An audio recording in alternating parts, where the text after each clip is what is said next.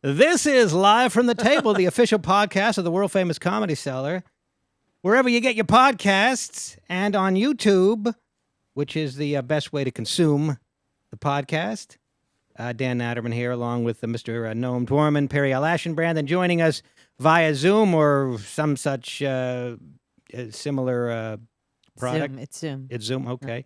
We have a regular on the podcast, Richard Hanania, the president of the Center for the Study of Partisanship and Ideology, is with us. How do you do, Richard? Welcome back. What about the books that he wrote? What about the...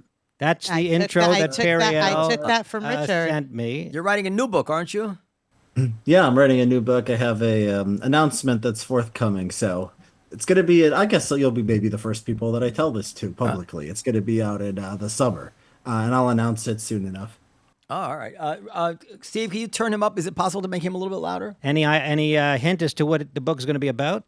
You can look at my Twitter account, and it's basically the stuff that I'm obsessed with. It's pretty much going to be that. Hot chicks and no, my second most favorite time. All right, Richard. Before we get to, I always talk about what I think Richard's just like the most interesting guy out there, and I'm always so flattered he's ready to do our show. Before we get to your recent column, which caught my eye, should Republicans be more explicitly racist, which obviously is a misdirect headline. What is your take on the Epstein thing? Is this going to be like Al Capone's vault, and there's going to be nothing in there, or what's going to happen? Call it, Richard. So, I've been looking. I mean, the Epstein thing is kind of it's really crazy. I mean, I've been talking to my friend Michael Tracy. Have you guys had Tracy? Yeah. And I know him a little bit. Yeah. Okay, so yeah, we're pretty much of one mind on this. It comes out. People were texting Epstein. Larry Summers was asking him for, woman advice. This is like the most investigated man in the world. Uh-huh. And, he liked girls. He wasn't always checking their IDs. He was friends with a lot of influential and important people. And I just don't know what else is there. I'm kind of in awe of how politically powerful this is. This is like the one thing that gets Republicans to start attacking Trump and start positioning themselves for the post-Trump era. But yeah, I don't think there's going to be anything there. There's going to be it's going to be a lot of things that's really funny, like, Epstein's brother saying that Clinton and Trump had a sexual liaison, stuff like that. And we'll all laugh at that. It'll be some guy hitting on his student or whatever, coworker or whatever in the Larry Summers case, not expecting some big breakthroughs beyond that. But will that be accepted by those who are convinced that there will be breakthrough? I mean, people will just say, well, they didn't really reveal everything that there was to reveal. Yeah, it's hard to kind of understand like where this goes. It's like you keep thinking some new stuff comes out, there's a new controversy, and then they're going to get tired of it at some point. But no, the Epstein legend, I mean, the further we get away from his death, it grows and it grows. So there's always going to be something. I think Trump signed the bill, or he's about to sign the bill where they're going to release everything. It has exceptions where it says for things that are under investigation or national security, people are going to debate what those exceptions are. Trump is going to want to, he's got his control over the executive branch. He's going to try to limit it as much as possible. So there's always going to be these titillating tidbits. This stuff is, there's never going to be anything conclusive. So I don't know, like this becomes the main Republican issue in 2028. I mean, I don't see why not. Well, let me ask you a question. I had trouble pinning Michael Tracy down on this. And I don't know if you've looked into it, but I still, and I have to confess, I just have never, for some reason, had the interest to really dive into this like I once dove into Russiagate, and I don't know. But he copped a plea, then he was arrested again. What do you think, back of a matchbook, what did this guy do? Were there scores of 14-year-old girls? Was he trafficking? What did Jeffrey Epstein do is your best guess? He seems to have liked young women. Whether he even had sex with them is kind of up in the air. You could look at when they interviewed Ghislaine in prison. She was basically saying she didn't know if he could have sex. He seemed to like, sexual acts, but not necessarily sex. So he got massages. Maybe he pleasured himself with young women. Maybe some of them were underage. Like the idea he trafficked to anyone. There's no evidence that I could see. There's the words of this woman, Virginia Gouffre, and other people who've come out, and they've been basically discredited. I Well, mean, I'm they've sorry, come out. but if you ask Grok or ChatGPT, you say, was he with 14-year-old girls? They'll say, yes, numerous 14-year-old girls. There are reports of numerous 14-year-old girls with Jeffrey Epstein. Not clear again. What you're right, whether it was sex or just massage, happy ending massages. But where are these 14-year-old girls today? They're rich. I mean, there's a big slush fund that they're taking money out of. There's Jeffrey Epstein's estate. Even the banks he dealt with have been put money aside to go to people who are alleged victims. Some of these victims claim to be underage. Some of them were 18 or 20 or 25 when they had dealings with Jeffrey Epstein. So yeah, there's a financial incentive. I don't know if there's ever been proof. I mean, look, I don't think it all came from nothing. There's probably something there. Well, Even one of the girls, the story is that she told other girls to lie about their ages because presumably Epstein was all else equal, did not want them to be under 18. So that makes me think it's probably not like this was like a fetish of like 14-year-olds or something. Again, probably wasn't checking IDs, probably wasn't looking at things that closely. But yeah, I don't know like if it goes much beyond that. well, Prince Andrew, he kind of went down without a fight, which leads me to believe that Virginia Giuffre was telling the truth about him. I mean, is that the indication, or is it indication we're kind of crazy and this is this is a moral panic? Were all the people canceled in 2020 over racism proof that they were all racist? I don't know. I mean, it doesn't. That Virginia Giuffre, by the way, when she allegedly was with Prince Andrew, which he denies, was above the age of consent in the UK. So it's a very very bizarre story. I mean, she said stuff about Alan Dershowitz. He sued her. She went to court, eventually admitted that she was lying in that particular case. I don't know why we take Virginia Giuffre seriously. It's genuinely a mystery. All right, I got two questions more about this. The first question is, and you're a lawyer, I'm very disturbed, and I don't know the process. I'm very disturbed that Larry Summers' most private secrets bad enough to ruin his life and ruin his marriage, are displayed all over the newspapers today simply because he was emailing with Jeffrey Epstein, although he's not implicated in any way in the crimes. Why is he not protected from that? Yeah, there's this it's kind of this when there are moral panics. There's like a center, like there's crimes, and then there's like just the ick factor, or just kind of the slime of being, just being associated with that person. So I think I don't know, I don't remember exactly what Summers was at the time, but he might have been in some kind of supervisory role. It's probably against Harvard rules or something like that. I mean, depending on the institution. And it doesn't seem like he even did anything. It doesn't seem like he No. actually hit on this woman. It seemed to me from reading the Harvard Crimson article, it was kind of like an elaborate fantasy. Like this girl looks really good. Oh, I don't know if I should respond. There's no indication that he ever actually acted on. No, I mean, no, there's no. But my point is that, and maybe I'm just utterly naive here. We have a constitutional right, freedom of association. This is a very important right. What is it worth if someone else is being criminally investigated? The government then will just spill all your emails out there. Now, I understand it can come out in many ways and the press is not obligated, but here is the government of the United States. They're not making any attempt to redact, to protect him. This is not a fiduciary behavior. It's like, fuck Larry Summers. I'm outraged by this.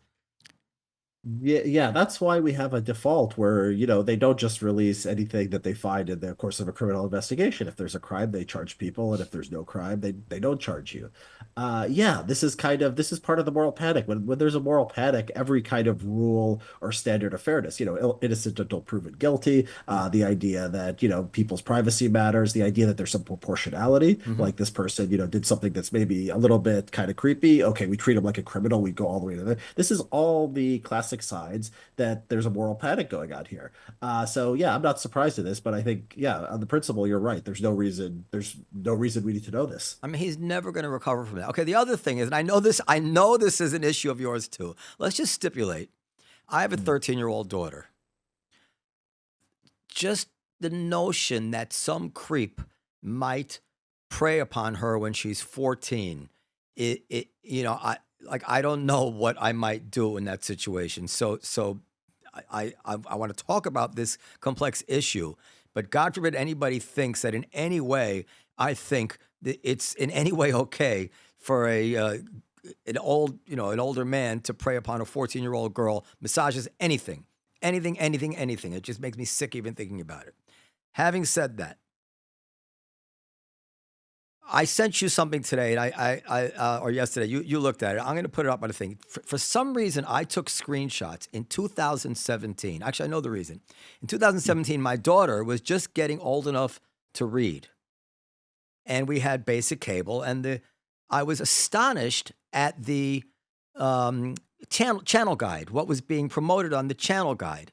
And I'll bring up the images one at a time, but Well, bring up the image one. It doesn't matter which order, Stephen.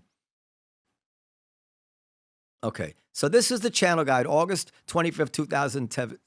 Oh my God! Help! This is like you'd have to pay for this. It's like pay-per-view, but it's not hidden. Like any kid going through the channel guide would see this.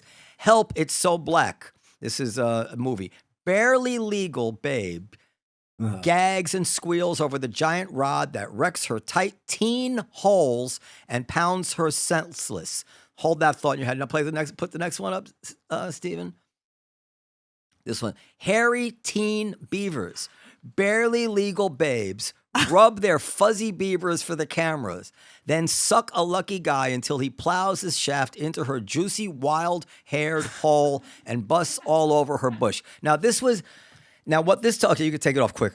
And I actually tweeted about this at the time, like you should boycott Fios. But what this indicated to me, forensically, was that this must be a tremendously huge and lucrative market, the barely teen fetish, because obviously, if they're promoting this in the middle of the day, it's because they think this is what you want to watch. This is the tease that's going to sell the most pay-per-views, right? So. And I know it's just perfunctory, but I'm going to say it. I don't have this. I find it horrifying. But there's no question that this is pervasive. The notion of being attracted to barely legal, I'm sure, I don't know, barely legal porn is it's endemic. It's everywhere. And it was so endemic and everywhere that not that long ago, Fios could just put it up on the channel guide uncontroversially. They just have it out there. And now all of a sudden, we find out that Jeffrey Epstein was attracted to young girls, and people, many of them must be hypocrites. Many of them must be the type who would have. Well, but it's one thing to. The allegation was that he took advantage of these. No, yes, that's the whole nother step. But they're pretending that the attraction itself is sick, perverse, and not normal. And obviously, that's belied very powerfully by Verizon's channel guide. So what do you want? And now Richard has alluded to this sort of thing in his post. So go ahead, Richard. Yeah, it's insane. I mean, you're talking about the channel guide from 2017. You look at the premise of something like American Beauty from 1999. Yes. And the premise is that Kevin Spacey has a crush on the teen friend of his daughter, and she's like 17. And nobody at the time was like, it's even the movie was judgmental about him acting on it. We've always been kind of judgmental about them acting on it, but nobody was like, Kevin Spacey is sexually disordered. Nobody said this is a movie about a pedophile. This was not the premise. And Woody Allen's movie, Woody Allen's Manhattan, he was Mariel Hemingway. No, was Margot Hemingway. He was just escorting around his 17-year-old girlfriend in the movie, and I don't remember it being controversial. And then.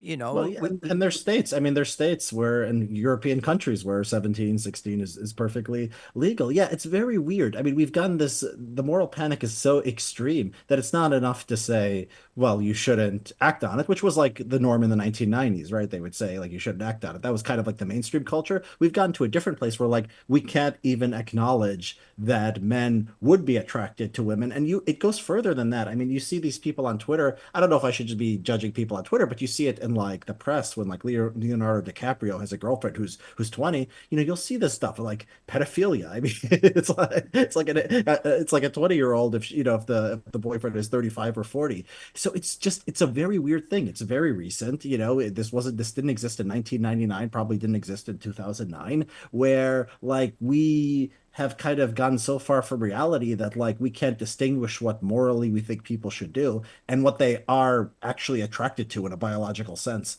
Yeah, I agree. And I think Richard you and I are the same in this. It's although many people are offended by even this kind of conversation, I'm just trying to understand the world as it actually is.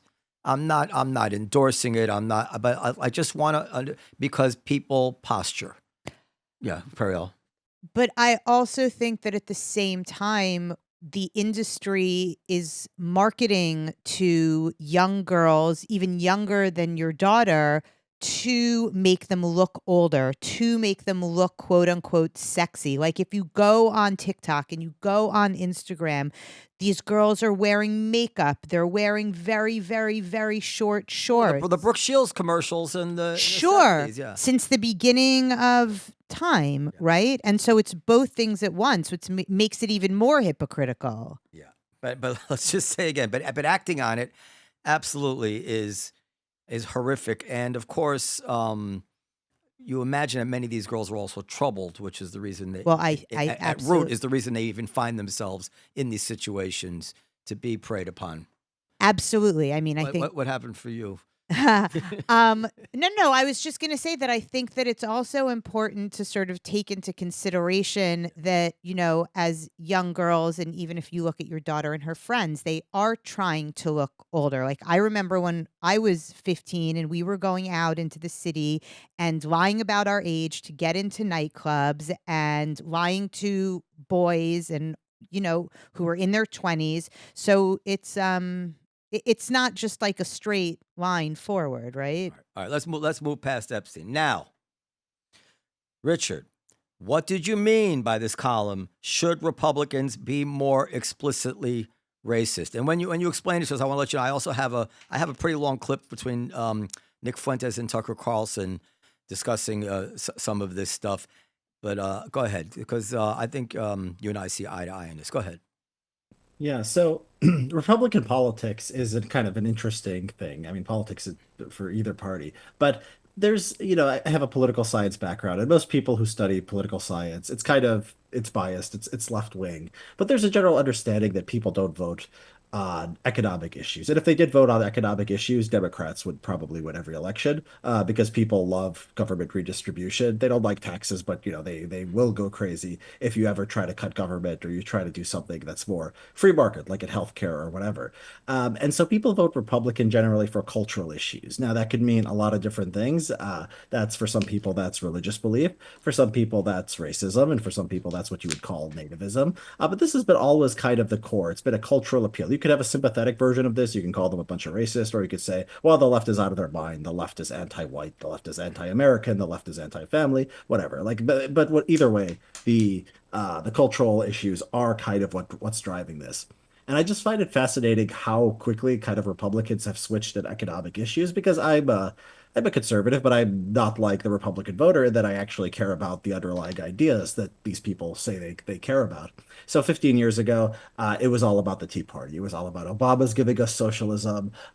Maybe he wasn't born in America, but the problem is he believes in big government and wanted to socialize healthcare and will become like Cuba or something like that.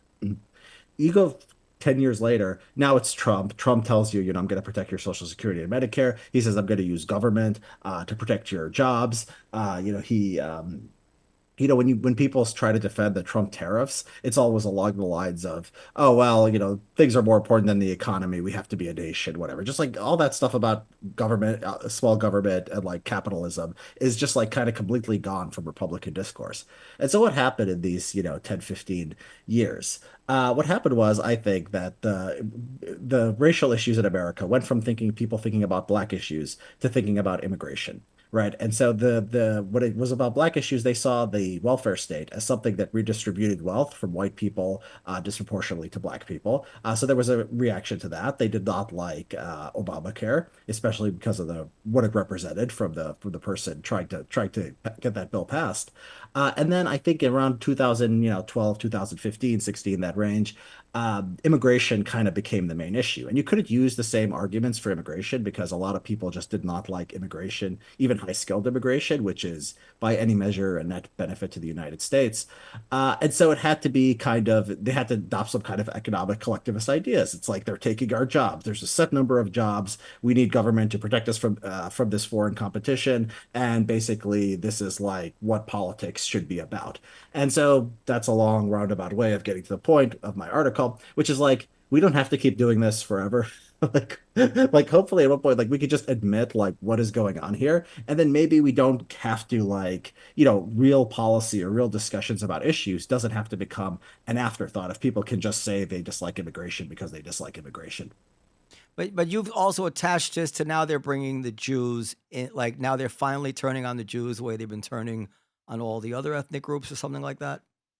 Well, I mean, it is kind of it's hard to have an ethnic an ethno-nationalist movement that is philo-Semitic. I mean, that's like kind of not a historical, that would be a very historical anomaly. So yeah, I mean, the Republicans, like a lot of these guys. There was this guy, Randy Fine. Do you know this guy? I know the. Oh yeah, that's the guy who says that the Uber Jew who wants to blow up Yeah, he calls Gaza. himself a Hebrew Hammer. They Oh like make God, fun of him because he's a yeah, very rotund, yeah, man. He's a congressman from Florida. He's disgrace. he's Yeah. getting up there and he's talking about Nick Fuentes and anti-Semitism and how we can't have that in the Republican Party. And then the same speech, he's saying we got to deport Zoran Mamdani. Yeah, yeah, So yeah. it's like this idea that like you disagree with this guy, he needs to be deported. That's the kind of politics you're selling. And then you're going to say, well, we can't like discriminate against Jews based on their race or religion. Well, That would be a horrible. these guys blame the Jews for immigration. They think it's a Some Jewish guys, plot yes. to dilute white people and to divide and conquer. Certainly, people like Fuentes and anybody in that group. But to the Yeah, extent that Jews are implicated in this discussion, it's often in that context. yeah, right. There is this old idea, which has some basis in truth, in that the Jews were disproportionately socioeconomically successful and disproportionately contributing and being involved in left-wing causes. But yeah, this is kind of the grand narrative. Like, how did this happen to white people? It couldn't have been just some policy mistake. Some evil group did this to us. Well, what is the right answer? By the way, Steve, where's the control when we play the video for me to stop it and start it? I couldn't get it going in time for the Zoom and the clips. I'll get it. Oh, I had okay. to We'll have to figure that out. Okay. Yep. Anyway, so, I mean, I've always struggled with this. First of all, as an employer, I will have to say that yes, low-wage immigrants do bring down wages. I don't know if they bring down wages in the long term as everything ripples through and blah blah blah. But in when we've had periods where it was tough to find immigrants for whatever reason, there was upward pressure on wages and vice versa. And, we live in the short term. So I have to say that that's true. I understand that people are comfortable among their own. When black people lament that Harlem was becoming less of a black neighborhood, I never found that offensive. They were delighted and comfortable in their own neighborhoods. I would say that, I was trying to think of a good example. Like, it depends on the immigrants. Ironically, 1 million Swedes introduced into Tel Aviv would be less disruptive than 1 million Hasids. So I certainly understand that, if you don't want more and more Hasidic people coming into your country, completely changing the character of your country, that is not anti-Semitism. And yet, all these true things can then become excuses for what is real bigotry. And so, the best analogy is, you add ingredients slowly and stir and hope for assimilation. That's, I think, what has worked and what we all hope for. But yes, at a point where immigration becomes so fast and furious and nobody has actually voted for it, it breeds a lot of resentment that doesn't offend me. And I'll say one other thing, and then you tell me how to make sense of it all. When I was a kid, when America was like 85% white Christian, and I was a Jew, my father would say, it's a Christian country. And he was very comfortable with that, and he had, because we knew our place our place, meaning like this country was beautiful and allowed us to come in and we were successful here and they were kind to us. And it was a dynamic that worked because everybody understood the rules, as opposed to being 10% this, 10% that, 10% that, 10% that, where everybody's kind of pitted against each other. And it just adds, aside from anything else, all practical complications. How many holidays can you have? What do you celebrate in the schools? What about Christmas carols? What about it's so there are legitimate sides, in my opinion, to all the ugly arguments that people like Nick Fuentes makes. That's what makes them so difficult. That's what makes this such fertile ground for demagogues. So what do you say about everything I've said? So on the wages thing, yeah, I don't think the evidence for that is that good. Yes, they compete for wages. At the same time, they increase demand, they create jobs, they consume things. So this is something we have to be kind of open to empirically. I think people go to that because they don't like immigration, and so then they start to imagine that whatever economic problem they have is caused by immigration. On the assimilation question. I live here in LA County. I once lived in a town that was like, 60% Asian and like 30% Hispanic or something like that. And, I wrote an article on this a while back called "We Don't Have Balkanization." I mean, assimilation is working. I mean, there's a World War I memorial. They didn't tear it down during the summer of George Floyd by where I live. There's a 4th of July parade. They speak English for the most part.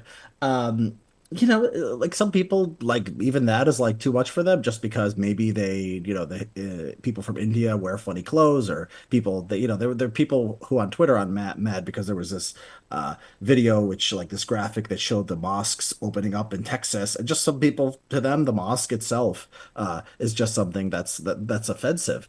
And so these are like ideas people have, and they don't want mosques, they don't want Hindu temples. Like some people, just it comes down to basically that for them. And in that case, I don't like I just want it not to infect every other policy discussion. Like you do not have like I think that you could actually make a self-interested case to the racists if you take something like H-1B visas. I mean, the American kind of technological dynamism is just overwhelmingly the result of immigrants coming to the country. You look at like the top companies, the Fortune 500 companies, the ones that have $1 billion, are the ones with the unicorns with the highest valuations. They are basically like 50% have like an immigrant founder. I mean, it's absolutely remarkable. And immigrants are 12-15% of the population or something like that. So even if you're racist, you could be the most racist person in the world.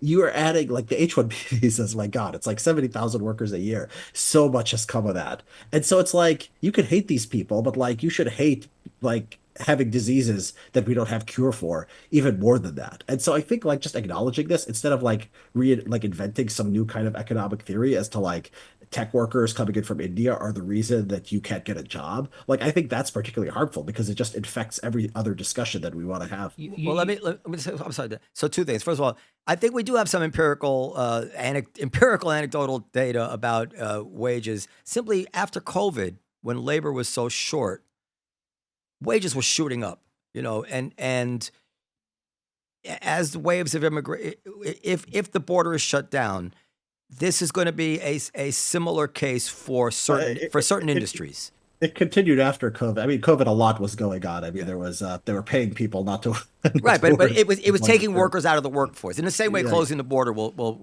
sure. Anyway, but that's why I said short term, because I agree it works its way out, and then maybe at that point it reaches equilibrium or even benefits. I don't know, but the short term shocks are real. So Steve, play this Bannon Trump MP4. You got that one? So this is from 2015. This is Steve Bannon debating Donald Trump a year before the election. So this is long before Trump was a shoo-in, but I don't believe Trump was a shoo-in at this time, when people were still assuming that he wouldn't win. And this, I think, is the real Donald Trump speaking. And it brings out a debate which these guys are still having today. And I'll say already, spoiler alert, I think Trump has the better of the argument, and I think Trump really believes this. I think Trump is in favor of having the best people for the job. So go ahead, play it, Steve. Can you bring it up on the screen too? Yeah. Okay, so I don't think it's that long. I don't know if you've ever heard this, Richard, but go ahead. We're going to talk about this HB1 visas. What do you think about this situation where you have American companies, particularly technology companies, that are letting go highly trained American IT workers blowing them out, having them train their replacements, and hiring foreign workers. Just generally, what's your sense of that? Good. It's no good. I mean, we have to do something about it. And people are coming in and they're taking jobs and they're getting paid less money, and they're a lot of things are happening, a lot of bad things. And a lot of it has to do with borders. A lot of it has to do with laws. One of the things I did say, though, and I feel strongly about this, when somebody's going to Harvard, Yale, Princeton, Penn, Stanford, all the great, and they graduate, and not only graduate, but do great, and we throw them out of the country, and they can't get back in. I think that's terrible. We've got to be able to keep great people in the country. We've got to create, job creators. One man went to, I think it was Harvard. There was a story a month ago. Went to Harvard, did well, good student, wanted to stay in the country, wasn't allowed to. Went back to his home in India, started up a company. Now it's a very, very successful company with thousands of people. He wanted to do that here. We have to be careful of that, Steve. We have to keep our talented people in this country. I think you agree with that. Do you agree? Well, I got a tougher. When 2/3 or 3/4 of the CEOs in Silicon Valley are from South Asia or from Asia, I think. On my point is that a country's more like Sessions. A country's more than an economy. We're a civic society. I want to see. Well, in any event, you have to keep them legally. I mean, yes, look, yes. When people come in, they have to come in legally. I want people to come into the country, Steve. Okay, that's it.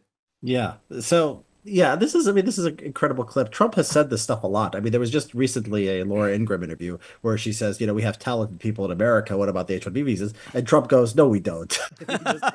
No, we don't.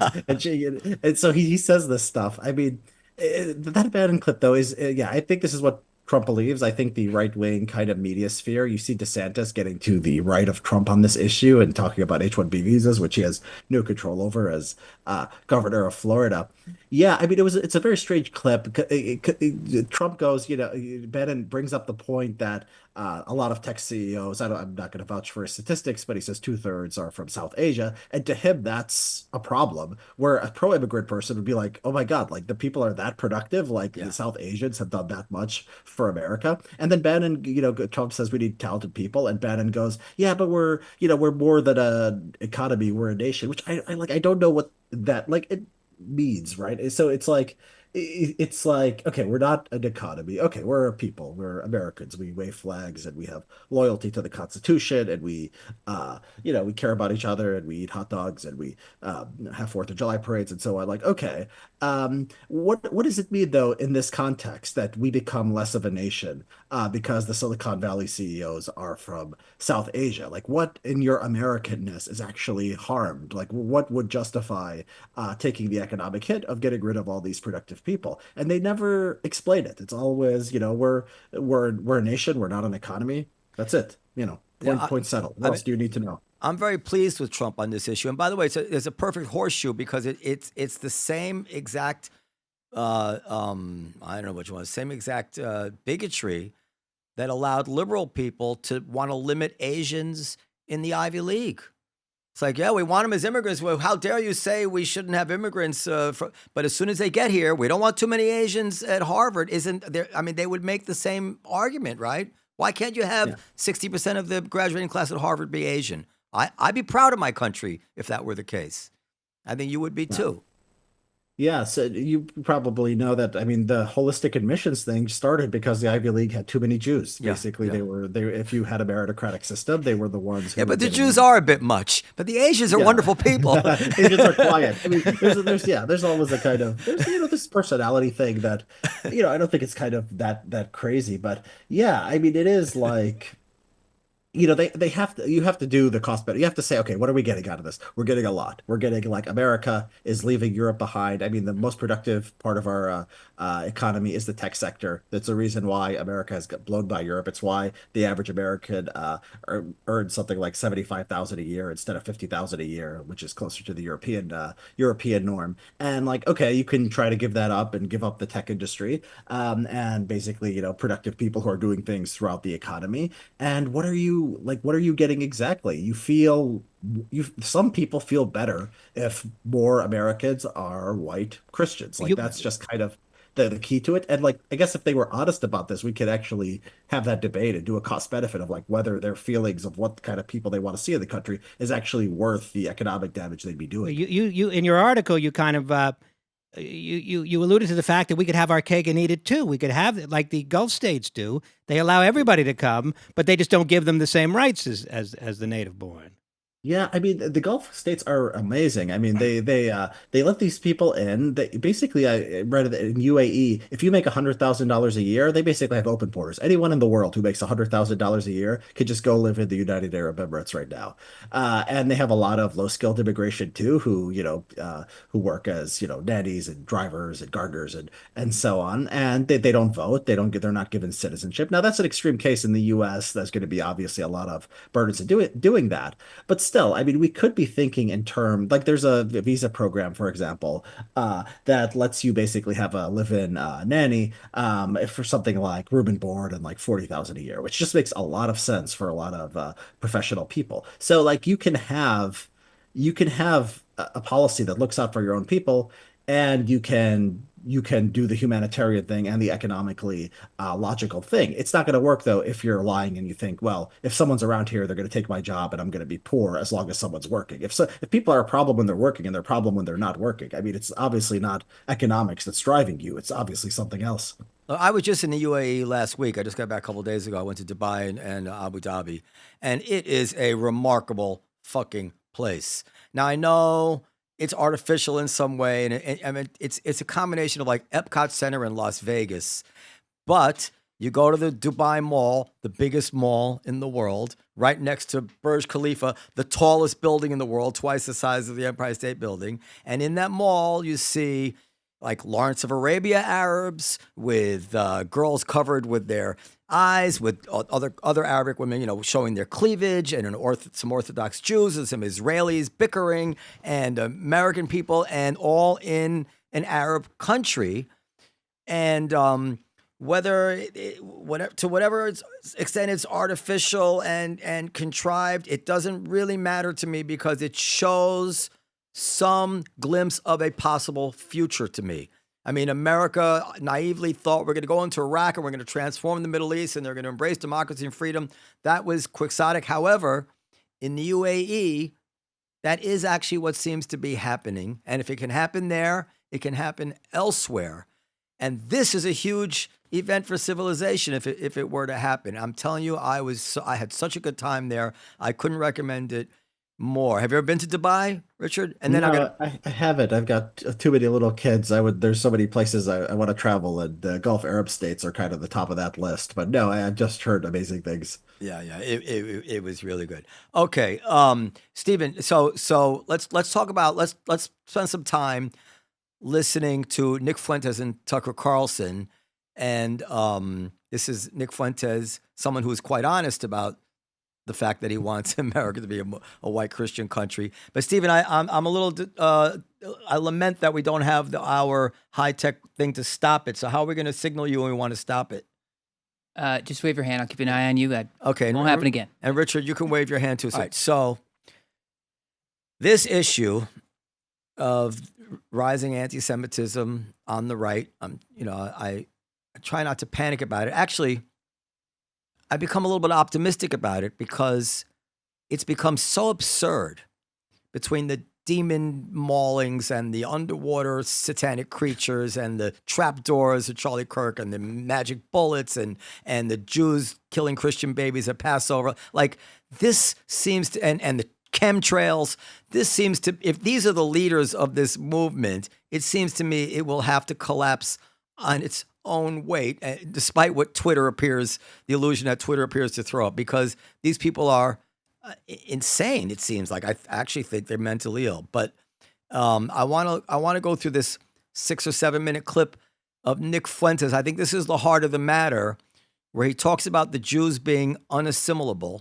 which is very painful as a Jewish person, because growing up Jewish, I didn't know anybody more patriotic than the Jews. We love this country. We adore this country. You want to play baseball. Like, I mean, the notion that we were unassimilable is just so foreign to me, because my father was an immigrant and he would literally cry at a patriotic movie. I've said this before, like Young Mr. Lincoln or whatever. He felt himself a descendant of George Washington. And I didn't even question that till I was much older. Like, isn't that interesting that this Israeli-born guy would talk about the founding fathers without any caveats. Like, these are my founding fathers, right? But now that there's a spotlight on it, it's I realized I took that for granted, but it's actually a very interesting sociological thing. But anyway, Nick Fuentes not having it. So let's listen. Let's say you want to preface it with any comments about this, or should we get into the clip? You can go ahead. Okay, go ahead.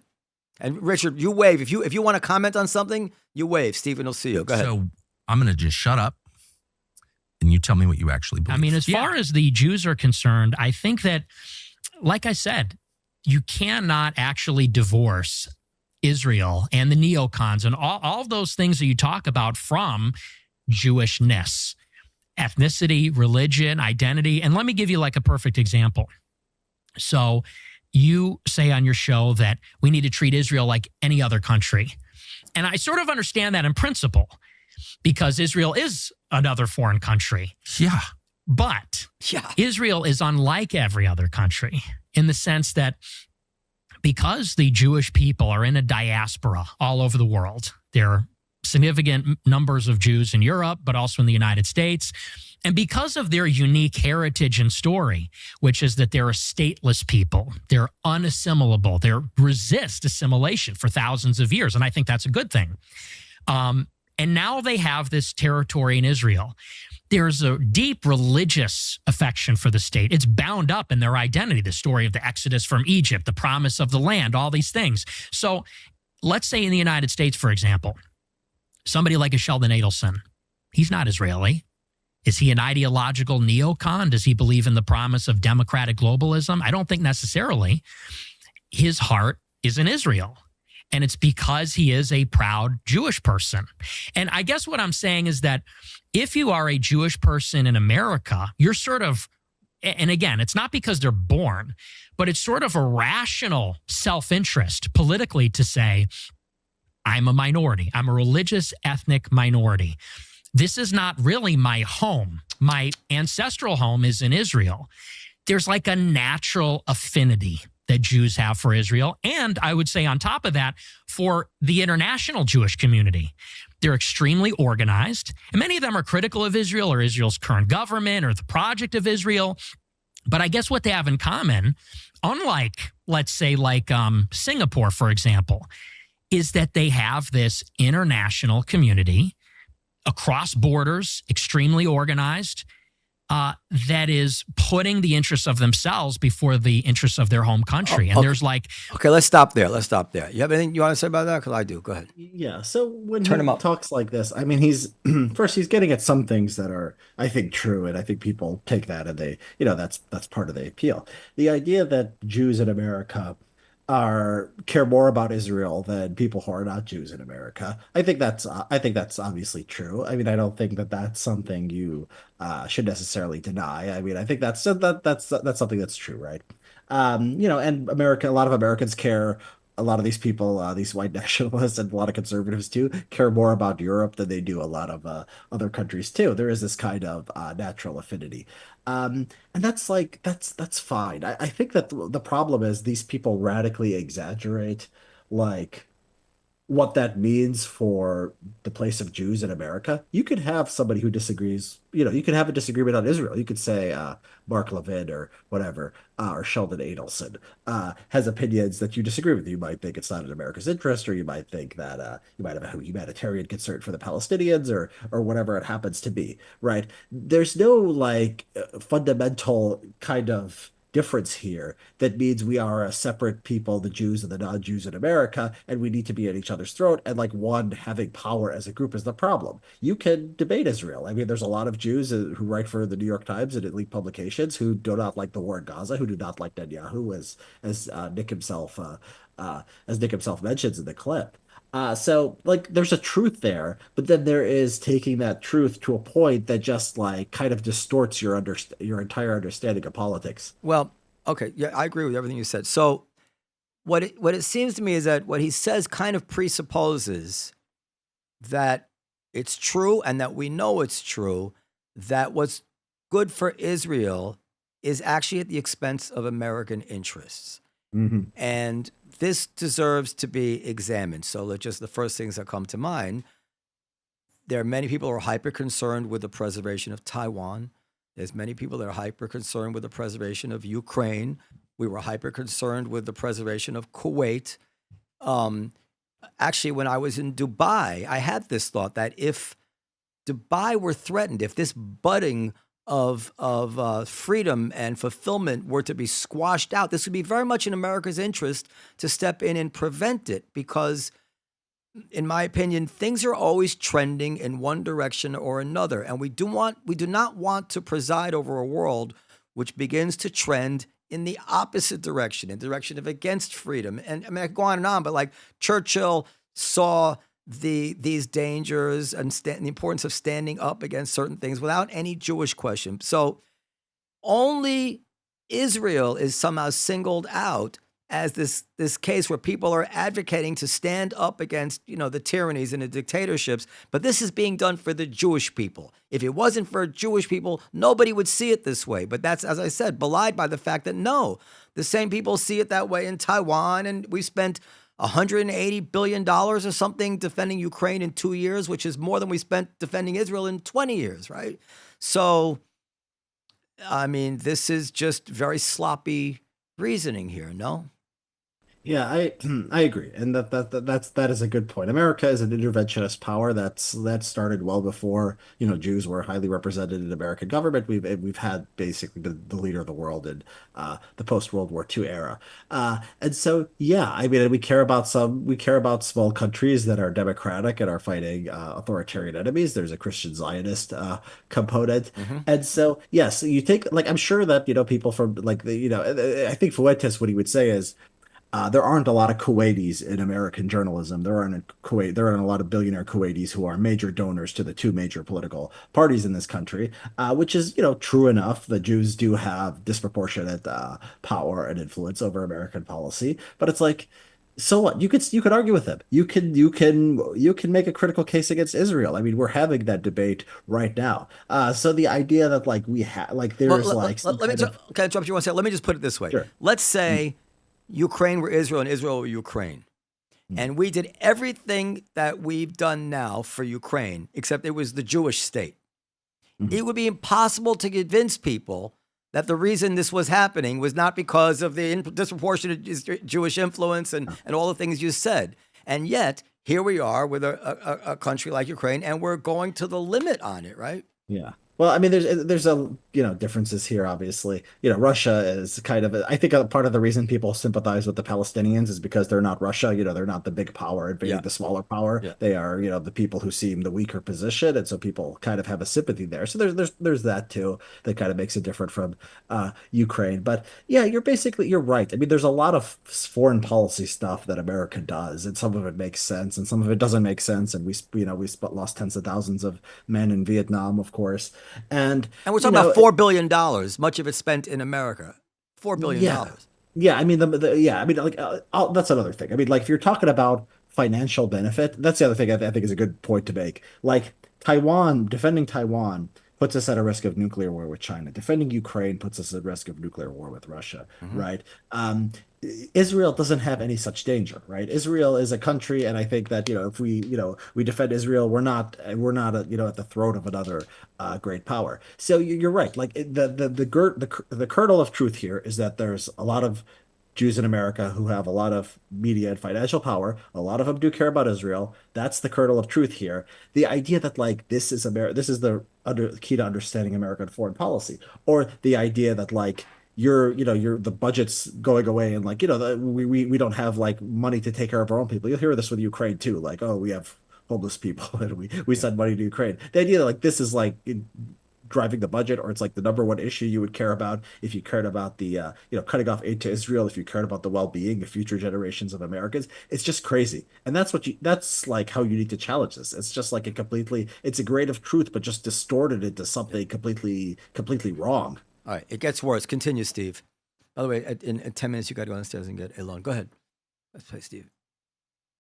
There's no other country that has a similar arrangement like that. No other country has a strong identity like that, this religious blood and soil conviction, this history of being in the diaspora, stateless, wandering, persecuted, and in particular, the historic animosity between the Jewish people and the Europeans.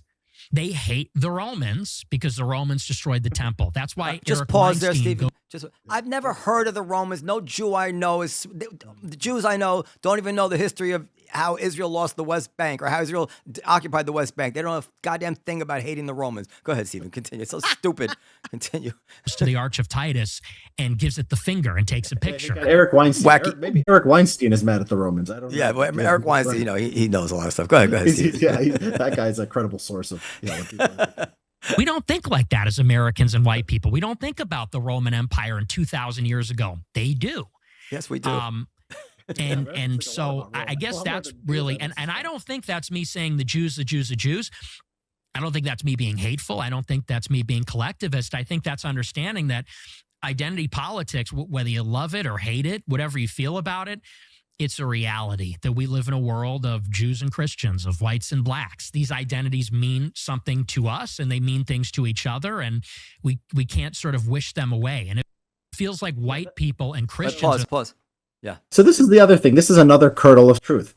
We have whites and blacks, we have identity politics, we have Christians. Yeah, like all of that is true. But there's like this wide range of like countries where all they think about is their racial identity and they're killing each other over it. And there's countries where, you know, it's a slight thing. We fight over bilingual education in school or something, right? And so like the idea that like identity politics is a real thing, therefore we have to go to white identity politics is just a fallacy, right? It's just, again, taking something with a grain of truth in it and then just distorting it into something that like swallows your entire worldview when there's a completely different way to look at these questions. Okay. Yep. Agreed. Continue, Stephen. The only ones that do that. There's no question about that, your last point, for sure. One of the reasons they do that is because they've been taught to hate themselves, of course, since the Second World War. Another reason is, however, the reality of a multi-ethnic country requires you to sort of set aside community or group interests in favor of corporate interests, universal interests, national interests. And you have to do that or else it doesn't work. And so, I agree those attitudes. I mean, certainly in other parts of the world, people think this way, but you can't have that here. And so it's just important to remind everybody that, things may be generally true, but like, again. Pause right there. This is what, this went by everybody. Just leave it there, Stephen. Just leave it there. This went by everybody. He says, yes, this may be generally true. Meaning that everything that, as I took it to mean, everything that Nick Fuentes said, yes, this may all be generally true about the Jews, which I think includes the unassimilable and all of it. And then he's going to go on to say why, but nevertheless, not all Jews and they're not born that way. But what Tucker did there, to my ear, was say, yes, this is generally true. And now maybe he would say he just meant the last part was generally true. Yeah, that's what I thought. I thought that he was saying last part. Well, Tucker says enough crazy things. We can give him. I mean, why are we giving Tucker Carlson the benefit of the doubt here? There's enough to get him on. That's I don't think we have to argue about this stuff. Well, but it is interesting because he doesn't push back on any of these. No, that's true. That's point. He does not push back. Like Ted Cruz comes up there and he says, what is the exact population of Iran? And what is the GDP per capita, right? He can ask tough questions when he wants to. He doesn't do it in this case. You're right. That's what people go back and look how he once interviewed Max Boot, where Max Boot barely could get a sentence out, So go ahead, continue. So Tucker's almost finished here. But go ahead, Stephen. They're not always true. And there are people who just strongly disagree. And by the way, in the specific case of Israel, there are a ton of Orthodox who I know who are opposed to the state of Israel. They're they're more Jewish than Dave Rubin, a lot more. And yet they oppose it. Jeff Sachs is like the most. All right, pause there. Yeah, that's why I think when he says generally true, you see, that's what that he was referring to the stuff about the Jews. But let me just say, Tucker Carlson does not know a ton of Orthodox who are opposed to the state of Israel. That's a fucking lie. First of all, the only Orthodox Jews that are opposed to the state of Israel are the Neturei Karta, and they are a very small and extremely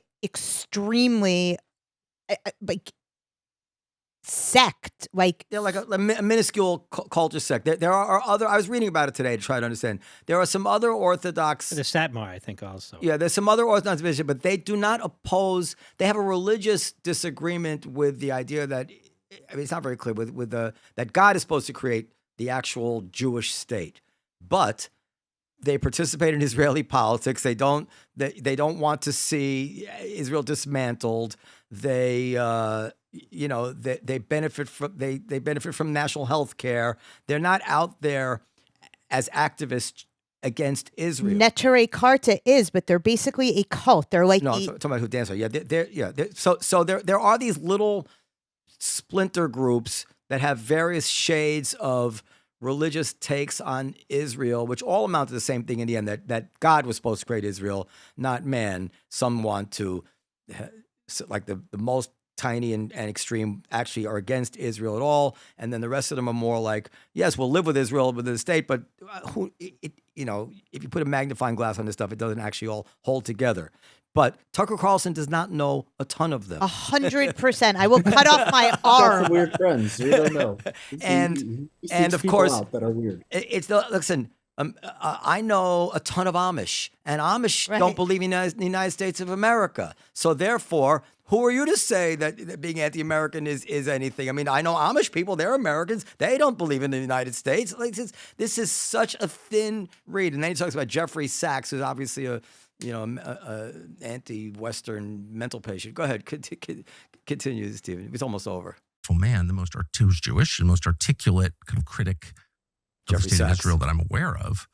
So, like, I don't know. That's just meaningful. You can't if everything is inherited, then there's no hope for the continuation of America. Mm-hmm. Do you see that? Yeah, I don't think it's genetically inherited. And what you're saying thank about you. putting aside the tribal interest for the corporate interest, Yes. that's absolutely the case. And that's the only way the country's going to stay together. Exactly. And That's my concern. And I absolutely agree with you. I would say, though, that the main challenge to that, a big challenge to that, is organized Jewry in America. I don't think So how would you like this all to be resolved? What I would like is for the U.S. government to not be influenced by these kinds of foreign allegiances, not with money that comes from, American citizens like Sheldon Adelson, not from foreign lobbyists. So, I mean, in terms of tangible things, I don't think we disagree on any of it. Like registering AIPAC and FARA, banning dual citizenship. Like I'm basically in agreement. I think 80% of the public agrees with those things. So that's kind of what gets me a little bit annoyed. It's like, these are like America First, the concept. All right, this is basically enough. You can stop it. It's So the most. So banning dual citizenship. You can take it off. There's a minuscule number of dual citizen Jews in this country. Minuscule. There's a lot of dual citizen Mexicans, by the way, but that's because There's probably a great deal of dual citizens in Israel, I would imagine. of people who've left America. People have left America. Yeah, that's fine. They emigrated, but they're creating these issues out of nothing. And again, the whole subtext is this assumption that yes, America's interests are at odds with Israel's interests, and Jews support Israel's interests knowingly at the expense of America's interests. Richard Hanania, your comment. Yeah, I mean, it's a kind of funny thing that they're doing here. And when you listen to Tucker and Fuentes, I mean, they're agreeing with each other on policy, and they're kind of presenting themselves as like the liberals. Yeah. They're like, we're just the guys who don't believe in caring about the past. We think every American should, look out for the interests of the country. We can't be divided. Like these guys are the two people who they're the kumbaya guys who are bringing everyone in America together. It's kind of this. It's a weird thing. I do think that like the distance, and I've written this too, the distance between Fuentes and a lot of the Republican Party of J.D. Vance, for example, I don't think is as, aside from Israel, I don't think is as wide as people think. Like a lot, the Republican Party today talks about we're a nation, not an economy. It boils down to they are uncomfortable with the changing demographics of the country. They're isolationists. I'm talking about mainstream, like J.D. Vance Republicans, more populist Republicans. They don't like foreigners coming in. They don't want foreign interventions. They want more economic left-wing ideas. They want economic populism. When you hear Fuentes describe his like policy preferences, the other stuff he'll say when he says "I love Hitler" and all that, he'll say I'm trolling. He says I say stuff about Slavs and I say stuff about women and I say stuff about everyone, and that's just like that's just something I do. When he actually explains his policy, he's not that far apart kind of to where the Republican Party is going, and I think that's what a lot of people miss about this. Well, do you think this group of people actually could win a presidential election in the United States of America? I don't know. Like, I would have thought that the Republican Party, like by 2024, was a bit too much of a freak show to win. When you said earlier, it's all going to collapse because it's so crazy. Like, I would have said that a few years ago. When Trump started saying, he won all 50 states, people thought he was too crazy and he was done as a politician. Now, no Republican will admit that Trump lost the election. And in 2020, when they started with the anti-vax stuff, I thought, well, this is kind of crazy. Yeah. It ended up taking over the Republican Party. So I don't know. We're in like kind of we're having this radical experimentation here where there's education polarization and there's one side that's just like tuned out the media and like mainstream newspapers and like scientific research and elites they have all these problems, they've done all these things wrong, but one side has just completely tuned them out and are just listening to white nationalists and conspiracy theorists all day.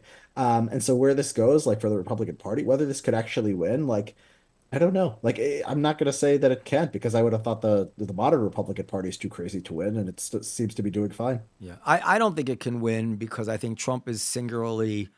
Maybe that's a theory. Yes, maybe. Yeah, that's true. I mean, But go ahead. Sorry. yeah, no, that's one theory. It's a Trump theory of everything. When Trump has not been on the ballot, like in the recent elections, he's in the midterms in 2022. These midterms will be an amazing test. So the idea is, without Trump, you get the freak show, but without the one charismatic guy who can get these people to the polls. Yeah, it's an argument. I mean, otherwise, I mean, who knows? Like Vance. Like people kind of like nationalism and socialism. So, Yeah. they like conspiracy theories. Conspiracy theories are kind of popular and unrepresented. They like to be entertained. So I who mean, knows? Like maybe it does work, but I wouldn't predict this thing, a couple of years from a presidential election. as a guy who agreed with you on vax stuff and basically all these things, I've always found. I mean, of course, it was very offensive January 6th and the lies, whatever it is, but I always regarded him. I always felt like, well, if he could do everything that he wants to do, if he could wave a magic wand, I think I'd basically agree with most things that he wants to do. And for instance, the H-1B visas, like he understands, he's a businessman. He's feeding red meat to some people, but he understands that businesses need these people. J.D. Vance was a humorless, weird guy who answers questions weirdly. I don't know if you saw him on Joe Rogan, where he says when Trump when the assassination attempt on Trump in Butler, Pennsylvania, Vance, who was not even the nominee at the time, got his rifle, ran home, and stood like a sentry by his door. He's like, what are you talking about? Why would you think you're next on the list? And if you think you are next on the list, why would you go home? Go to a hotel. Like he's just weird. He's a weird guy. But he's got a few things going for him in that he's very smart and he's got this chameleon-like feature. This is how he comes out of nowhere and becomes Trump's vice president. He befriends all these Silicon Valley guys. He befriends Donald Trump Jr. Donald Trump Jr. goes to his dad and says, you have to make it this guy. And so he does that. What he does in a general election could be completely different. So yeah, I get it. He's kind of weird and he's got these issues, but he's also smart and he's also adaptive. So I wouldn't underestimate him. And what about this, Richard? This is going to sound corny, but I actually said this to someone else in an interview who I think interviewed me because they wanted me to be pessimistic and they wanted me to say it's all over for the Jews and all this stuff. And my attitude was, listen, we need to be fighting like hell against this stuff because it's very dangerous stuff. But in my heart, I still love America and I still feel America is a decent place. And I do not see America getting behind a truly ugly movement that wears its ugliness on its sleeve without camouflage. I just don't see America doing that. I don't know if that's naive. I don't know. Yeah, I mean, it's weird. Like it's kind of weird because if you just look at the discourse and kind of like how politicians are acting, like mainly Trump, but like, other people too, and kind of what the discourse is like in the media and on social media in particular, you would think we were like, ripping each other apart. You would think this is a civil war with, hundreds of thousands of deaths. But like political violence is extremely low. People, get offended when you say that after Charlie Kirk, but like, people, we aren't killing each other in politics in large numbers. There's very few people who are, actually going to the streets committing violence. It seems to be just like we're all kind of LARPing and we're all kind of entertaining ourselves. So, I think in 5, 10 years, Jews will still be in America. I don't think there's going to be pogroms or anything like that. Whether how they're doing is probably going to depend on how this country is doing financially and economically. So yeah, I mean, I think you can I think you could basically tune this stuff out. Maybe you shouldn't if you have good policy views and you care about the future of the country, fight for the future of the country. But like if I was a Jewish person and like I thought that, if I didn't pay attention to politics in 5, 10 years, like I'm going to be targeted violently. Like I think that's going too The far. far greater concern, at least according to hundreds of videos on YouTube, are the robots that are coming not only to replace us but to kill us. Yes, I think that's what you worry. You should worry about the things everyone else is worried about. You should make your own judgment on AI, economic issues, and then go from there. I mean, I'll tell you, then we'll let you go. As sometimes I get caught up in this stuff, and I worry always about the limits of human nature because tribalism is real. Like even I wonder, like, okay, I was able to think of the Jefferson and Adams and Madison as my founding fathers, but what if I was Indian and my skin was dark? Like, would that make it harder for me? And although I could be wrong, I feel like, yeah, I think that would make it harder for me because I can look at a portrait of George Washington and I can kind of see a dude like myself, right? If I'm Indian, can I look at George Washington and just feel like it would be different? But anyway, having said all that and always wanting to be realistic, I sit in the Olive Tree, the restaurant above the Comedy Cellar sometimes, and you'll see Indian people and Mexican people and black people and Chinese people all sitting there together and not individually in their groups, but sometimes in mixed tables and socializing and loving each other. And it's quite beautiful and it's real. And it's real. Now, I don't know if that would survive scarcity. I don't know what kind of divisions would arise during another depression. I don't know how deep the bonds are faced with horrible situations. But without that, America is actually working. I have to say, you do see it, at least in New York. And it is quite astounding and it's beautiful. I take great pride in it. And these people who would pretend that it's not true and want to ruin it, I don't believe they will prevail. But we still have to fight them.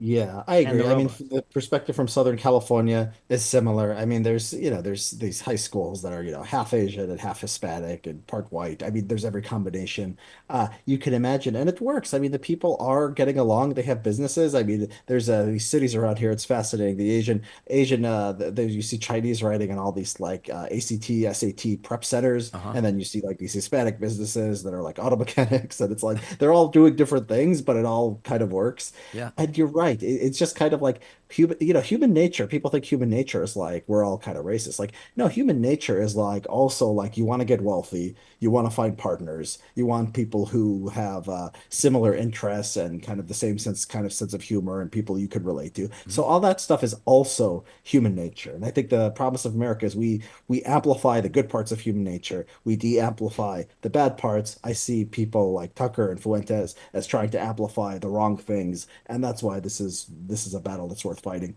That's precisely right.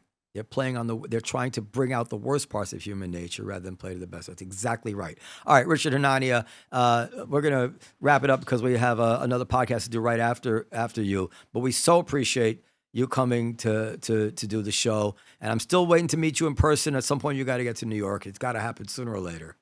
There'll be a book tour at one point, and it'll bring me to New York for sure. All right. It won't be too much longer. Check out Richard on Twitter. Check out his Substack. Check out his, he had a book on how wokeness developed, and he's got another book coming out on some subject to be named later. Richard Hanania, thank you very much. Good night. Thank you, Dom.